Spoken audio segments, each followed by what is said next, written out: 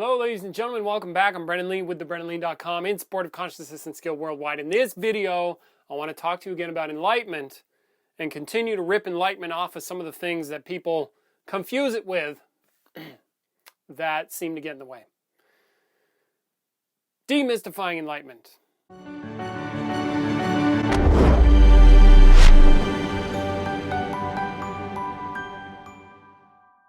So in this case, remember, as we continue to consider enlightenment, remember what I'm speaking about when I say enlightenment is becoming directly conscious of the nature of something. Usually you, another, life, whatever, but direct consciousness of the absolute nature of some matter. And I don't really like using the word absolute nature. I don't really like using any sort of words when speaking about enlightenment. I don't even like the word enlightenment because enlightenment isn't a word. Enlightenment isn't absolute. You see the word absolute, the sounds. Enlightenment's not the sound that's coming out of my mouth. It's not the meaning you have. Like if you hear enlightenment and you're like, ooh, I like that, it's not the meaning. Or if you hear enlightenment and you like, and then you have an idea about how you should live or some path or spiritual pursuit you should be on. Again, this is not what I'm talking about. Pretty much everything, in fact, everything I say is not and will never be enlightenment, the thing that I'm talking about, because the thing that I'm talking about cannot be spoken about because there's no speech there, here. See, so then it gets challenging. So the best you got, really, as far as I can tell, is a possibility for something we're calling enlightenment, or some realization that somebody can have, that one can have, that I can have, you can have these realizations, breakthroughs, enlightenments, and it's becoming conscious of what is true, absolutely true, whatever that is. See? And it just so happens, when I discover what's absolutely true, there's nothing there. I didn't make it up that way. You see? You're like, oh, well, and even worse, now that you've heard me say something, the mind tends to want to grab onto stuff that's said, turn it into a belief about what's said, and then head on, well, Brendan said it's nothing, so then problem solved. Okay, cool. Well, what you have now is an answer, and enlightenment is not an answer. It's just what is. Okay, so I stand on this very real possibility. I can become conscious, you can become conscious, all that. See my previous video, right? I'm speaking about enlightenment. So now in this video, so I think one of the most powerful things to do in relationship to enlightenment is, one, to grasp that it is a real possibility, and two, to hold open that you don't know what that is. Which means that you can start to consider and wonder about what really is true. What is really true? And I think that is the most empowering place to come from when tackling these matters, is trying to grasp it, you know? Sit down, shut the fuck up, get enlightened. That's it. You know, that's really all you can do there. I mean, you can believe about it, but that's down a different road. That's the belief road, or the religion road, or the spiritual pursuits road, or like what I'm going to get out of it road. Okay, and another thing that I want to rip enlightenment off from, or invite you to consider, thanks Adam for bringing it to my attention, is enlightenment doesn't heal you. It's not about getting healthy. It's not about eating the right food. You see, because if we consider, if enlightenment is what is absolutely true, and it's true already, and it's, say, true for everybody, right? It's what's absolutely true in some matter. So that means somebody who eats shitty food, their nature, we hear tell, is the same as somebody who eats healthy food. So then what are you going to do, huh? Or Buddha, I hear tell, died from food poisoning. So what? He ate poison. Or ate bad food and then died. Yeah? Ramana Maharshi got cancer in his arm. Oh, that's pretty unhealthy. And then died. Rinzai, he died. Every single enlightened spiritual teacher died. Everybody has died, period, bar none. So, what the fuck? Doesn't seem like living one way or another makes any difference. Now, I doubt people who are totally focused on themselves, extremely greedy, etc., just focusing on doing life are likely to get enlightened, likely not. Maybe. I'm open. There's no fucking rules there. It doesn't matter. But probably not. I'm just saying that. That's just a thought from my brain. Ignore it. You see, but it doesn't mean I do see and I hear tell people they confusing enlightenment with eating right, eating the right food. You have that going on? Go fuck yourself. I can eat whatever I want. I can eat unhealthy food. I could do drugs. I could not do drugs. I could eat healthy. I could eat unhealthy. I could exercise. I could be turned into a fat person. Fat, eat very unhealthy and let my body gain lots of weight. I could do that. Does that change what I am? No. Nothing changes what I am. How can it? It's what I am. It's not what I am being. The body will be, it's young, it's getting older, it's going to deteriorate at some point, going to go away. I don't go away. My body does. I don't. So it's not about the body. It just seems I'm here in a body for a while.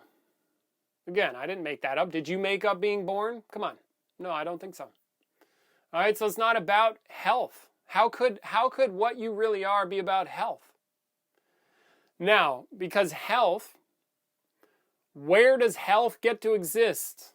You only get to be healthy in relationship, well, one, to not being healthy, and you only get to be healthy in a relative domain.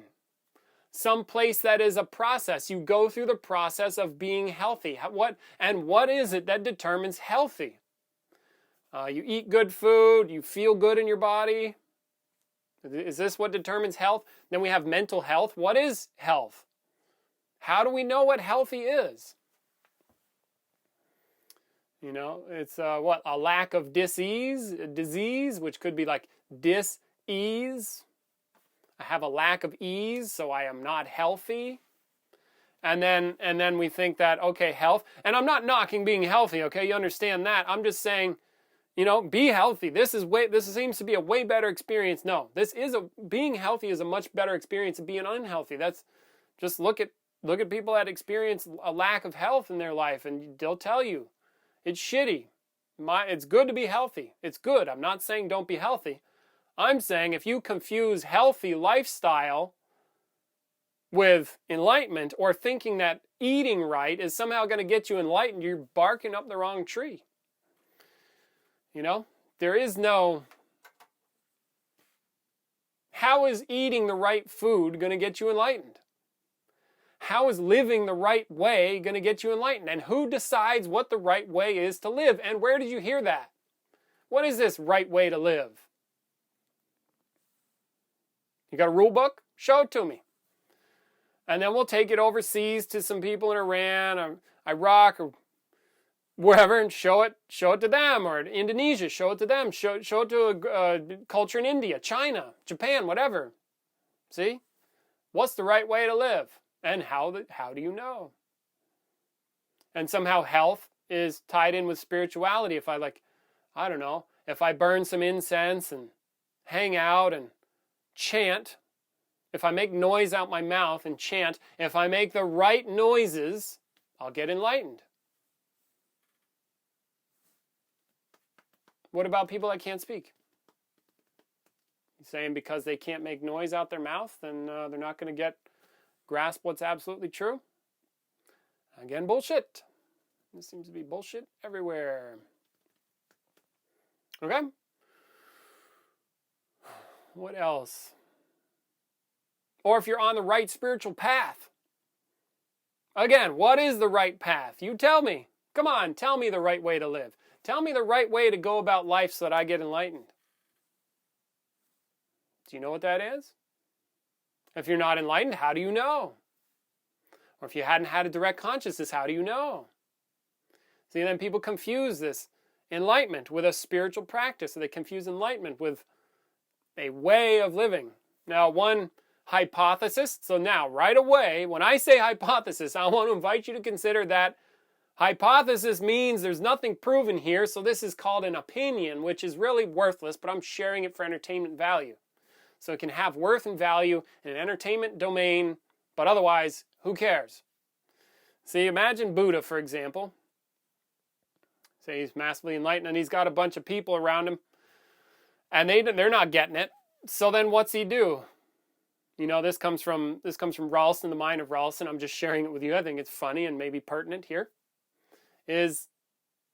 Well, fuck it. They're not going to get it. Okay, here, live well. Stay healthy. Whatever, eightfold path. Do good things. Be a good person. Think good thoughts. Why? It's a better experience. You know? All right. Thank you, Adam. Right, you reminded me. People confuse enlightenment with ending suffering. Enlightenment has nothing to do with suffering. Nothing. It's just grasping what is already so, whether you suffer or not, whether you're alive or not. See, where's suffering in there? Where is suffering in non-relative existence? You know, what's absolutely true. And again, I'm just using these fancy words. You want to get the real deal? Then you have to go get it yourself. I can't word it over to you. If I could, I would, seriously. And I would be, I'd be real popular if I could do that. Never seen a spiritual teacher that can say some things and have other people get enlightened. Never happens. They can say stuff, they might get enlightened, but anyway, doesn't matter. It's not related. You see, so what was I talking about? Fuck. It's enlightenment, right living, spiritual practice. God damn it. I'll look it up. Looking it up. Aha, thanks. See? Ha! Ending suffering. Because you're enlightened, now you have some obligation to end people's suffering. Nope, you don't. Unless you create an obligation in your experience, you see? Because again, we could question, well, what is an obligation? Where does that even come from? You ever bought one at a store? Can you go pick me up some obligation at HEB? Where is it? I want to know. How does it come to exist? I feel obligated. Where's the feeling come from? Well, you made me have that feeling. Okay, so then I'm not in control of that feeling that I have. You made me do it. Then, okay, there we go. It's your fault. You made me feel obligated. That's not taking responsibility for your own experience. Now, if you do actually take responsibility for your experience, you'll find out that obligation is something that you make up. It's a feeling you make up. Say, likely, investigate it. You can check it out. Okay, and then it's okay, well then likely, again, back to hypothesis opinion land, so who the fuck cares? Buddha makes up, well, go live better. Why? Well, you'll suffer less. I've noticed in myself. I've seen things. Now, this is to reality. I've seen stuff that I do that is what I call suffering, and it's completely pointless. There are ways that I suffer. There are ways of thinking about myself that result in pain, suffering, and negative experience. And I consider myself a fairly happy guy. See? But what am I up to as a self, as a person, as a relative existence? You see? There are many things that I do. I've been looking into this. Ow, I'm a pain factory. What if I could drop that? I have dropped some of it. It's a much better experience, more healthy, you could say, more empowered. I feel better about myself. Why? Because I stopped doing the things that belittled myself, say. Now and then I might look at other people and I can see more and more the world that they're in and how that hurts. It's like watching somebody stick their own hand in a pot of boiling water and then complain about having a shitty left hand all the time. Ow, ow, ow, my hand, ow, it hurts so bad, I'm like, take your hand out of the water. Now imagine somebody has even more consciousness. They can really see what's going on. It's kind of like watching a kid who's in a lot of pain, and you can see that the pain is created by their own self, their own experience is that. And they're making it up, and that's clear to me. I kind of want to end that for them, you see? So then it's like ending suffering, but that has nothing to do with enlightenment. Enlightenment is what is. Ending suffering is stopping doing what isn't. You know, you want to stop suffering? Stop doing that. You have pain that you cannot control, like bar none can't control. Don't suffer it. Enjoy it. You know, I don't know. But there's a lot of stuff that it is as simple as stop that. You no longer need to do that thing. And yet, whether you're suffering or not, whether the world is suffering or not, enlightenment has nothing to do with suffering. Enlightenment is about what is absolutely true, and suffering is all about what is relatively seems to be true. You see, in the world. And then somehow, somewhere, so back to fantasy land, imagining Buddha, right? Gets all these people, he's massively enlightened, his other people can't get enlightened, or they don't. Not that they cannot, but they do not. So he's like, fuck it, you look like you're in a bunch of pain, let me see if I can help. And then it turns into, live well. Why? It's a better experience. Because why not? You know, why not have a better experience if you can? And then that has gotten construed likely, I'm making this up, I have no idea, entertainment. Into somehow they've mixed the two. Enlightenment goes with the right way to live. And they're like mixed. And it's a confusion with fusion, like Peter says, with fusion, confused. So I want to rip that apart again and say, no, enlightenment is grasping what is, and ending suffering is a completely different deal. Nothing wrong with it. Or what I like to say, see, after I had an enlightenment experience, is like, what do you have when an asshole gets enlightened? You have an enlightened asshole. Why? Because enlightenment doesn't change anything. It's becoming conscious of what already is, whether you're suffering or not. Again, as I redundantly go on. Okay? So then, now, we've ripped enlightenment off of more stuff, so then what am I talking about? Now we are left, or should be left, with a more clear understanding that we don't really know what it is. I've said some things, but again, remember I said, I'm telling you, enlightenment is not what I say about it, or what anybody says about it, or any teacher, or any book, or any knowledge. Because it's direct. Knowledge, see, is indirect. I'm talking about something called consciousness, which is direct. There's no separation, no relative. So then what am I talking about? Well, I don't know. You're going to have to figure that out. You're going to have to become conscious yourself, and then you tell me. Because literally, that is the only way it happens. You do it. As if, and we got to be careful with do and it. Because we don't know what it is, and do, we don't know.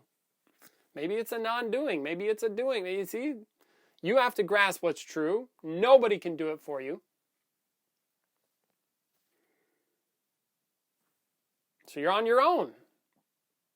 And I do like this. I heard this in somebody's book. Somebody was trying to get me to promote a book for them, and they were talking about the nice quote in the back. I thought it was enlightenment, or becoming conscious, having a direct experience, is something you have to do alone. Like, you have to do it, but you don't have to do it alone. Like, nobody. I am misquoting this, okay? By the way, you can't do it. Nobody can do it for you, but you don't have to do it alone. Nobody can do it for you, but you don't have to do it alone. So you have things like called enlightenment intensives. You can do those. We have a contemplation intensive. You can do that. It's where you set out to do that in a very powerful environment. See, and then you get conscious, and then you know. And not know in the general sense, like an intellectual thing, but you grasp what's true, and then you'll know. You'll be there. Yeah, maybe you'll realize that you never left there, ever. Nor could you. But that's for you to find out. Okay? So that's it. So far, Adam, thank you. Keep them coming. I'm Brendan Lee with theBrendanLee.com in support of consciousness and skill worldwide. If you want to get a little serious, check the links in the description. We've got a free course, paid course, hire me to be an online coach, all these things. If you want to get actually serious, come to a workshop, because that's where the serious people come. If you actually want to do work that makes a real difference, you're invited. You don't have to, but you're always invited. Okay?